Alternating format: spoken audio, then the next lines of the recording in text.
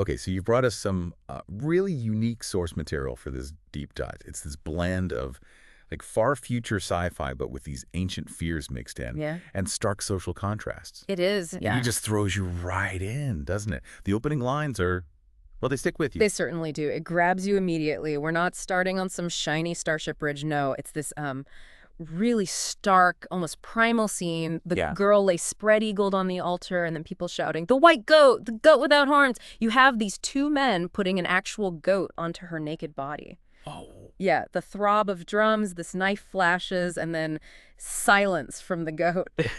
It's a really arresting way to begin what turns into a fascinating and honestly sometimes pretty disturbing story. definitely disturbing. So our mission today is to unpack this whole narrative. We need to introduce Lieutenant John Grimes, who's Federation Survey Service, and this completely unexpected trip he takes to a planet called El Dorado. We're going to explore this society they've built. Extreme wealth, total automation, but it's got this profound, terrifying secret at its heart. Exactly. So let's dig in. What exactly was happening on El Dorado? And maybe more importantly, what does it tell us, about us, about humanity, wealth, life itself? Good questions. Let's start at the beginning with Grimes himself. Right, so the deep dive starts with Lieutenant John Grimes. Young guy, energetic. He's on watch on the Federation survey, sort of his cruiser, the Aries. And he's stuck in this cramped control room, pacing around, not relaxing at all. And that tells you something straight away about his captain, Daintree. Oh, yeah. Strict. A real martinet, the text calls him. Uncompromising. Definitely. And Grimes himself. How's he described? Well, it's interesting. He's sort of stocky, craggy face, but still good looking, apparently. And he has these protuberant ears, Okay. which the text notes have apparently served as convenient handles for female attention in the past. Huh. Okay, so he's relatable then. Very much. He feels like a real person, kind of an everyman stuck out here in this huge, impersonal, deep space setting. And that becomes important later on. So the Aries, it's way out there, deep space, nowhere near the usual trade routes. And the only known human colony in this whole sector is El Dorado. A name described as not very originally, but aptly chosen. Right. Aptly. Because it's supposed to be rich, presumably. But there are rumors swirling around it. Yeah, the word is they don't exactly roll out the welcome mat for visitors. Their trade, what little there is handled by these automated ships. Only need 2 crew, a captain and an engineer. Which screams exclusivity, doesn't it? Or maybe secrecy. Definitely signals something. Which leads to the big question. Why is the Aries, a service ship, suddenly making a beeline for this place? Exactly. Captain Daintree just abruptly tells Grimes, calculate a course for El Dorado. Hints at some kind of emergency. It's completely unscheduled, sets a tense mood right away. You have to wonder, what could be so urgent on a planet that tries so hard to be left alone? Yeah, it suggests the emergency is probably something they really don't want anyone finding out about. Precisely. And we start getting clues about this place through Lieutenant Commander Cooper, the navigator. He's complaining because Grimes is doing his job, calculating the course. He is. And he spills some beans. Reveals that El Dorado was actually purchased from the Federation by the so-called El Dorado Corporation. Purchased. A whole planet. Apparently so. Cooper explains how it happened. You had this trend towards socialism on lots of worlds.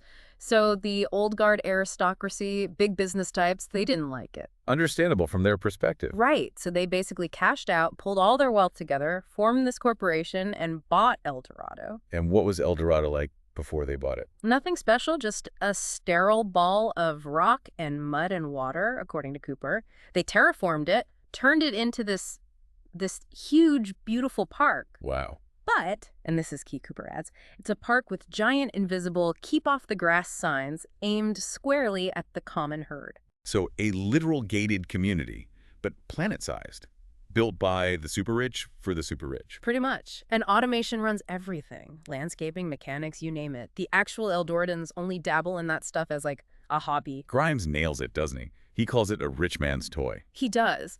But Cooper brings him back to reality sharpish. He says, as far as they're concerned, we're just snotty-nosed ragamuffins from the wrong side of the tracks. Ouch. So class warfare in space. Absolutely. That tension is baked in from the start, and it gets weirder. Yeah. The ship has a psionic radio officer, Mr. Bose, a telepath. Right. What does he pick up? Well, he tries to read the minds of the Eldoradan radio officers, but they're completely shielded. Impenetrable. Okay, so they value their mental privacy too, or have something to hide. Both, probably. But then he scans the ordinary people, or what passes for them there, and he senses something. Unease, he calls it. And Fear of what? that's the strange part. He says, it is not the fear of an immediate danger, but it is a very real fear. Like something systemic, pervasive. Not an invasion, but something else.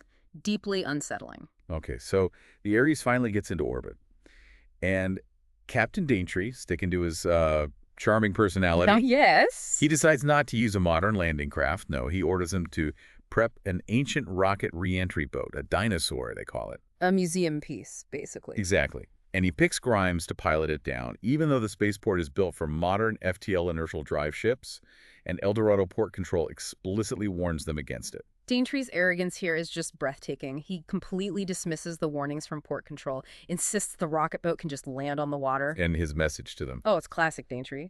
Tells them to, and I quote, get your kids with their pails and spades and plastic animals off the beaches and out of the water. Charming. How do the Eldorans respond? Well, the voice on the other end is just as arrogant, but it's a different flavor.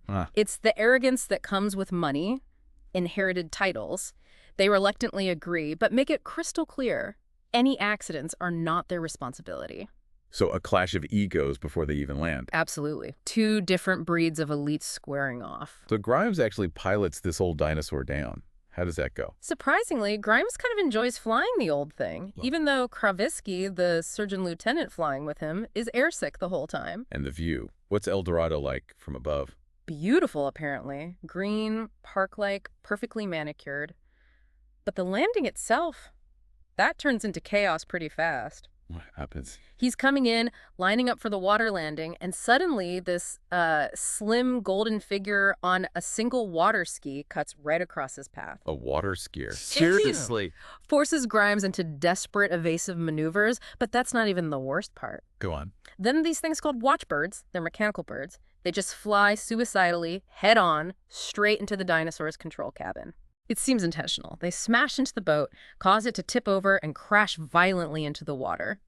Luckily, Grimes and Kravisky manage to eject in their buoyant chairs. Okay, that's insane. So they survive the crash. They do. They surface, sputtering, and find themselves face to face with, guess who? The water skier. The very same.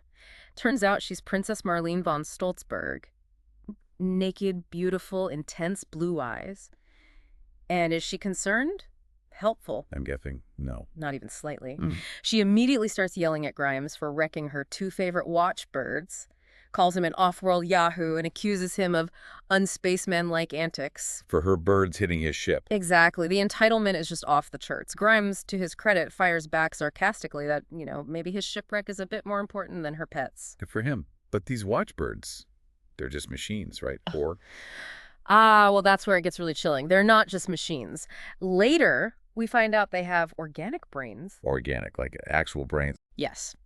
Specifically, the text mentions small but highly intelligent cetaceans, like dolphins from a planet called Algol III, their brains wired into mechanical bodies. That's horrifying. It is. Even experimental models use things like fire pheasant brains.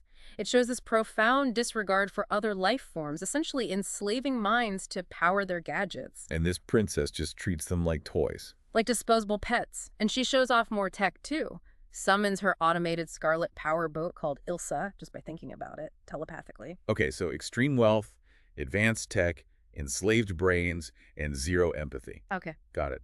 Where does she take them? To the port control building, which is completely deserted. She casually explains that the guy who was supposed to be on duty, some Aries, had better things to do. Like what? Polo. Polo, of course. So what happens to Grimes and Kravisky? They get shunted off to an automated hostel. No personal welcome, just machines. And the hostel experience. More luxury automation. Automation? Yes. Luxury. Not so much for them. It really highlights how extreme the automation is. Robot servants take their clothes for disposal, handle meal orders. Sounds efficient, if impersonal. But then Kravisky tries to order, fancy food, caviar, pheasant under glass, the works. Rejected, they get served basic steak. The mechanical voice says it's only instructed to obey all reasonable orders. Wow. So even the robots are programmed with class prejudice. It's a subtle but really pointed humiliation, isn't it? Reinforcing that hierarchy. You're guests, but you're still the ragamuffins. So after this lovely welcome, what's the next step for Grimes? Well, the next day, he gets a letter from Princess Marlene, inviting him to be her personal guest. Her guest, after she yelled at him for wrecking your birds. Apparently so. And maybe even more surprisingly, Captain Daintree actually grants him permission to accept. Daintree lets him go. Why? Well, Daintree still gives him a job to do, salvage the wrecked dinosaur. But it's during this conversation that Daintree reveals the real reason the Aries might be there. He drops the bombshell. Okay, what is it? What's El Dorado's big secret? It's stark. Daintree tells Grimes there are no births. No births. At all. None. He says the youngest of the children born on El Dorado is now a girl of 17. For 17 years, nobody's been able to conceive or carry a child to term. What the boast? They have incredible wealth, advanced tech, surely medical science. You'd think so. Grimes brings up artificial insemination, but Daintree just shuts that down immediately.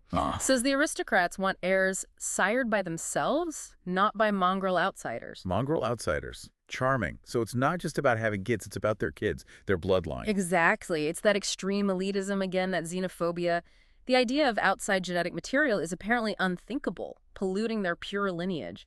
It's a huge existential crisis wrapped in aristocratic pride. Wow. Okay. So while Grimes is processing that, he has to salvage the ship. Right. He starts the salvage operation with Chief Petty Officer Anderson, who's described as gruff but very competent and expert in submarines. And does the salvage go smoothly, given how things have gone so far? Not entirely. While working underwater, Grimes runs into another one of those native creatures, a rock ogre. Apparently they're dangerous but also edible, from a place called Australis. But it attacks him. Almost gets him. But then, who shows up underwater? Let me guess. Princess Marlene. Bingo. She appears, explains that her pilot fish, more machines with cetacean brains, by the way, can handle it. More enslaved dolphins. Yep. And they do handle it, lethally killing the rock ogre. But Marlene, she actually provokes the creature first. Seems to take this chilling pleasure in, as the text calls it, blood sports. Grimes sees this. He does, and he's disgusted by it. And in the middle of this chaos, he gets grazed by a dart from Marlene's spear gun. An accident. It's ambiguous at this point, but given everything, you have to wonder. And the whole thing gets recorded by a watchfish, a tiny robot submarine, always watching. So he's injured, Marlene's acting psycho, and it's all on camera. What does he report? Well, Anderson, the CPO, tells him straight up, lie about the injury, avoid trouble. Practical advice. But Grimes. He refuses. He knows the watchfish saw everything. So they work out a compromise for the report. That Grimes was inspecting the lake bottom for potential dangers like rock ogres, and Marlene's demonstration of her pilot fish was just almost too effective. Clever wording. A bureaucratic white lie. Exactly. A way to tell the truth without causing an interstellar incident over a scratch and some aristocratic bloodlust. Okay, so salvage is underway. The big secret is out. Now Grimes starts his actual shore leave as Marlene's guest. Yes, and this period is just packed with, well, unexpected adventures and some truly shocking revelations. Like what? He gets a tour of El Dorado in her automated air car, sees the automated mines, the ranches, this massive Castle Stolzberg that they literally dismantled and moved from older. They moved a castle. Lock, stock, and barrel. And all through the tour, Marlene keeps up this constant stream of snobbery, comparing dirty, overcrowded Earth and its slums to El Dorado's perfect, curated world. Constantly reinforcing their superiority. Constantly. It feels like a giant theme park, really. Wow. Everything perfectly managed, even nature itself. Marlene hints at this, mentions being on the committee of management, implying this deep layer of control. And that control extends everywhere. Seems like it. When they get to the castle, Grimes has his personal pistol confiscated by a robot butler named Carl. Why? Carl just states, "It is the rule of this castle that guests surrender their weapons. No discussion, just the rule." It underlines that pervasive, unyielding control beneath all the luxury. It's like the whole planet is under surveillance, governed by unspoken rules enforced by machines. Exactly, which makes the dinner conversation that night even more unsettling. Okay, set the scene. Dinner at the transplanted castle. Right. It's Grimes, Marlene, and her inner circle. There's Labenga, described as a hereditary chief who dabbles in black magic. Okay, that's unexpected. His wife, Lady Eulalia, a Comte de Messigny, and the Duchess of Leckhampton. A real aristocratic bunch. And the conversation turns weird. Extremely weird. They start talking about the castle's ghosts. Apparently, it came with ghosts, including an SS general named Butcher Herman. Charming company. And then they get onto this bizarre theory.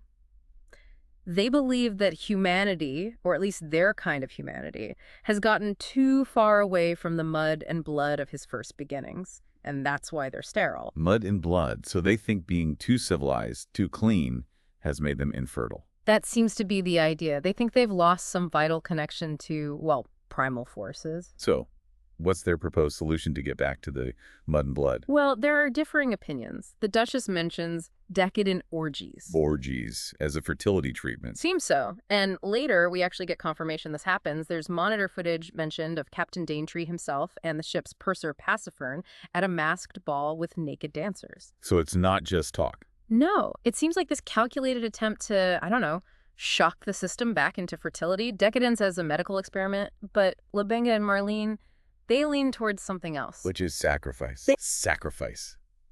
Okay, now we're connecting back to the opening scene. Exactly. And Labenga explains their underlying theory, this concept of soul stuff. Soul stuff. Yeah, picture it like a cosmic reservoir of life energy. They believe this reservoir gets topped up, replenished by death. Okay, that's a leap. A huge leap. And they argue that because El Dorado was sterile when they bought it, its pump, so to speak, has never been primed. There hasn't been enough death there to kickstart the life cycle. So they need death to create life. That's their twisted logic. They even mention they haven't executed criminals on El Dorado, partly because they want to maintain this weird master-servant relationship with their omnipresent surveillance system, the monitor. The monitor again. And partly because they don't want to pollute this precious soul stuff with, commoner death. So only aristocratic death, or maybe outsider death, counts. It seems that way. This whole soul stuff idea is just the ultimate self-serving rationalization, isn't it? It lets them justify horrific acts because they've convinced themselves it's necessary for their survival, for priming the pump. And this ties into Grimes somehow. Directly. This is where it gets really personal for him. They tell him that their divination methods, tarot cards, reading entrails, throwing bones, the works. Seriously? Entrail? Apparently. All these methods consistently pointed to one thing. The first off-worlder to make a landing would be the bringer of new life to El Dorado. The first off-worlder. And that first off-worlder, Labenga tells him straight, was you. Oh my God. And then he spells it out. You were to have been the white goat. The goat without horns. The goat from the opening. Yeah. He was supposed to be the sacrifice. That was the plan. The ritual we glimpsed at the start, that was meant for him. Why him? Just because he was the first? Yes. And they rationalized it, saying his death could easily be staged as an accident costing only one life, avoiding any messy Federation investigation. Unbelievable cowardice. Grimes calls them out on it, but they just shrug it off, saying people with great possessions like them find it very hard to give them up, even their lives. But then they assure him, don't worry, the prediction has changed now. He's safe. Safe? After they admit they were planning to ritually murder him, I wouldn't feel too safe. You probably wouldn't know. And despite this supposed safety, he gets pulled into yet another bizarre Eldoradan ritual. Wow. A Danubian fire pheasant shoot. Next thing he knows, he's out in the field with a shotgun, alongside Marlene, the Duchess, Labenga, and de Messigny again. Hunting fire pheasants. Is anything normal on this planet? Apparently not. And, predictably, the hunt turns dangerous. How? An experimental watchbird, remember those? This one's gone rogue. It has a fire pheasant's brain inside it, and it's armed with a laser gun. It starts attacking them. A robot bird with a pheasant brain and a laser. Okay, this is getting ridiculous. It is. And in the middle of this chaos, Marlene confesses something to Grimes, says her family has this superstition. The third attempt is the crucial one. Third attempt. Yeah. She admits she tried to arrange his accidental death 3 times. The dinosaur crash. Which we knew might not be an accident. Right. The rock ogre incident where he got grazed by her spear. Also suspicious. And a third one, a boar hunt we didn't even hear about before. Since she failed all 3 times, the superstition says some cataclysmic sequence of events is now in motion for her. So she tried to kill him 3 times, failed, and now thinks she's doomed. That's what she says. And then she gives this speech about El Dorado being just a huge amusement park. We've heard that before. Yeah, but she adds it provides the illusion of danger when you want it and when you don't, and the illusion of glamorous sex. But then she throws that line back at him. The real thing isn't for snotty-nosed ragamuffins from the wrong side of the tracks. Wow. Even when admitting attempted murder, she can't resist a classist dig. Pretty much sums her up, doesn't it? So what happens with the rogue pheasant-brained laser bird? It gets intense. It actually kills Marlene's hunting dogs. But Grimes manages to save Marlene herself, using his own personal weapon, that Minetti pistol he had. The one they confiscated at the castle. He must have gotten it back or had another one. Anyway, he saves her. And in that moment, shared danger, adrenaline, they become intimate. Right there, after the laser bird attack. Right there. But of course, it can't just be a simple moment. It gets interrupted immediately. By who or what? By de Massini, the Comte. He shows up absolutely furious, throws a net over both of them. A net? What's he planning? Seems he intends to finish the job himself, complete the sacrifice ritual that was originally meant for Grimes. He's sneering at Marlene, disgusted she's with an outworlder. So he's going to kill them both. That looks like the plan. But then Dorado Tech intervenes again. The mini wagon, just this little automated carry-all vehicle they were using, it suddenly springs to life. The wagon attacks him. Its tentacle whips out and strangles de Massini, kills him right there. Marlene just explains, almost casually. It's supposed to protect its mistress to the best of its ability. Just another automated safeguard for the aristocracy. Okay, this is completely insane. The Messini's dead, strangled by a golf cart. What happens now? Now Marlene reveals the real plan, the full, chilling picture. Which one? De Massini's death, she says, was necessary. And if she conceives a child with Grimes... From their moment after the bird attack? Right. That child would officially, symbolically, be considered Henri's. Remember Henri, the polo player? Presumably another aristocrat. Grimes provides the biological input, but the child belongs to the Dorado elite structure. So Grimes wasn't the sacrifice after all. He was the stud. Essentially, yes. The unwilling, unknowing donor. And then it gets even creepier. Wow. The other guests, Labenga, the Duchess, they reveal they were watching the entire thing. The bird attack, the intimacy, the Messini's arrival and death. All of it. Watching. How? On the monitor. That omnipresent surveillance system, they were watching it like a movie. Marlene is absolutely disgusted by their voyeurism. I don't blame her. So they knew de Massini would die. The Duchess confirms it. Says they were expecting a violent death. Even brings up the hanged man card from their tarot readings again. Labenga just reiterates that Grimes has played his part. His part is the unwitting sperm donor. Precisely. And Marlene, she seems resolute now. Declares she's going to be a heroine, the first woman to conceive on this world in 17 years. Does he offer to stay? Marry her? He actually does, but she shoots him down flat. Why? Because of his petty bourgeois origins and, crucially, his lack of money. Unbelievable. Even now, it comes back to class and money. Always. Her aristocratic programming runs deep. So Grimes just leaves. He prepares to. Marlene makes one last attempt to keep him there, to be sure the conception takes. Classy. But their final, very intense conversation is cut short by Carl, the robot butler. What does Carl want? He announces that the Aries is being urgently recalled. There's an insurrection on a nearby planet they need to go and suppress. Duty calls. Talk about timing. So That's pretty much it. Marlene's final words to Grimes are ice cold. Yes, John, come back when you have your first billion credits. Wow. Wow. And the story ends there. Not quite. There's a brief summary. The Aries goes off, has more adventures, suppresses the insurrection, deals with a mutiny, does earthquake relief work, typical service stuff, apparently quite eventful. Before it's recalled. Before it's eventually recalled, yes. And the very last image the story leaves us with. It's described as a gushing female, seen somewhere, sometime later, holding an infant in her arms. Strongly implying Marlene succeeded. Very strongly implying Marlene got her wish, and Dorato's sterility crisis might be over thanks to the off-world Yahoo. A really chilling, tantalizing end. What an absolutely incredible, unsettling journey through El Dorado. A society that just pushed wealth and privilege to the absolute extreme, didn't it? To its most bizarre and frankly terrifying conclusions. And the technology. Amazing in one sense, but used in such horrifying ways. Those organic brains in the machines. Yeah, that was disturbing.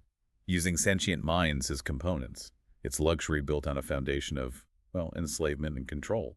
And this whole deep dive, it really throws a spotlight on that tension, doesn't it? Between our basic biological drives like wanting children and these highly engineered artificial societies they tried to create. They built this perfect, comfortable paradise. But it was empty. hollow, missing that fundamental spark of life, of reproduction. And the lengths they were willing to go to get it back, sacrificing an outsider, sacrificing one of their own, all to, as they put it, prime the pump. It's chillin'. And the monitor. That ever-present eye watching everything. Hmm. Privacy just becomes a liability, doesn't it? Even sex becomes a performance, a means to a calculated end. Right. You have to ask, at what point does that relentless pursuit of control, of certainty, just curdle into its own form of sickness? A decadence that eats away at the very humanity it's supposed to be preserving. They tried so hard to escape the mud and blood, the messy parts of being human. Only to find they desperately needed to bring it back, but in these incredibly brutal, ritualized, and ultimately self-serving ways, all to keep their perfect, privileged world afloat. So thinking about this, for you, the listener, trying to process all this, maybe it's a stark reminder that even when you try to engineer everything, control everything, Those fundamental forces, life, death, human nature, with all its flaws, its arrogance, desire, the drive to survive, they'll find a way to crack the facade. yeah. And sometimes the deepest insights, the most challenging questions about who we are, they don't come from neat theories, but from these really surprising, really unsettling stories like this one from El Dorado. It certainly makes you think about the real price of privilege, doesn't It it? absolutely does. A chilling thought to leave things on.